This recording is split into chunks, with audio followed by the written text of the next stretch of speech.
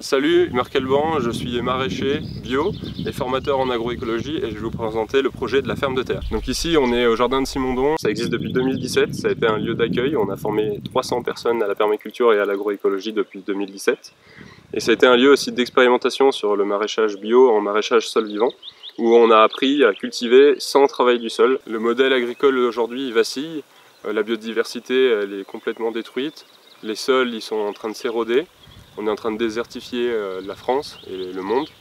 Et la permaculture, elle propose un nouveau modèle qui va s'appliquer à l'agriculture. Et en fait, l'objectif, c'est de copier les modèles naturels et les appliquer dans l'agriculture. Et du coup, maintenant, je vais pouvoir m'installer sur un lieu pour vraiment appliquer toutes les choses que j'ai apprises. Et ce lieu, c'est à Montoison, dans la Drôme. Donc, bienvenue à la ferme de terre. La ferme de terre va s'établir ici, sur ce grand terrain qui est en orge, en bio, depuis plus de 10 ans.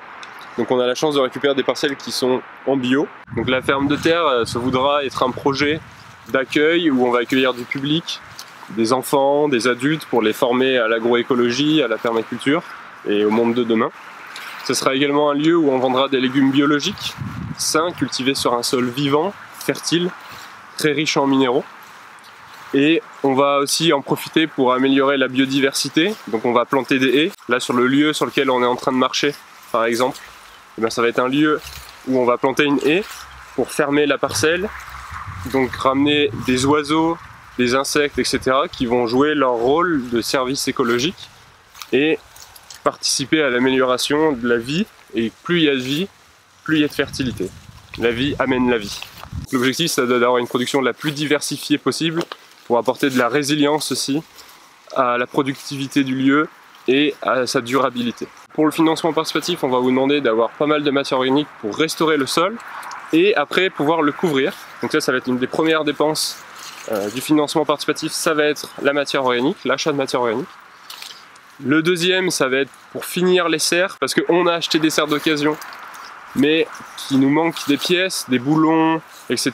et du plastique pour pouvoir les couvrir. Et le reste de l'argent va servir à planter des arbres pour la biodiversité, planter des haies pour la biodiversité, pour gérer les microclimats, protéger du vent, protéger le sol, et à fabriquer une mare pour la biodiversité, installer des fleurs, des microclimats, des nichoirs pour la biodiversité, pour les oiseaux, les insectes, les chauves-souris, qui vont nous aider à réguler et à ramener encore de la vie.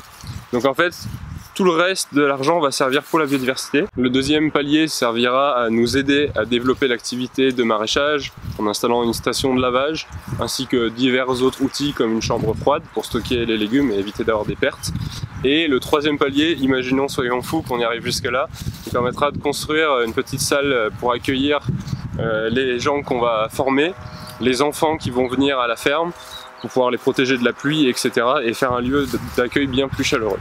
Ensemble, faisons de ce lieu un espace vivant, riche de nourriture saine, de biodiversité, un espace convivial, de transmission et de rencontre pour les futures générations.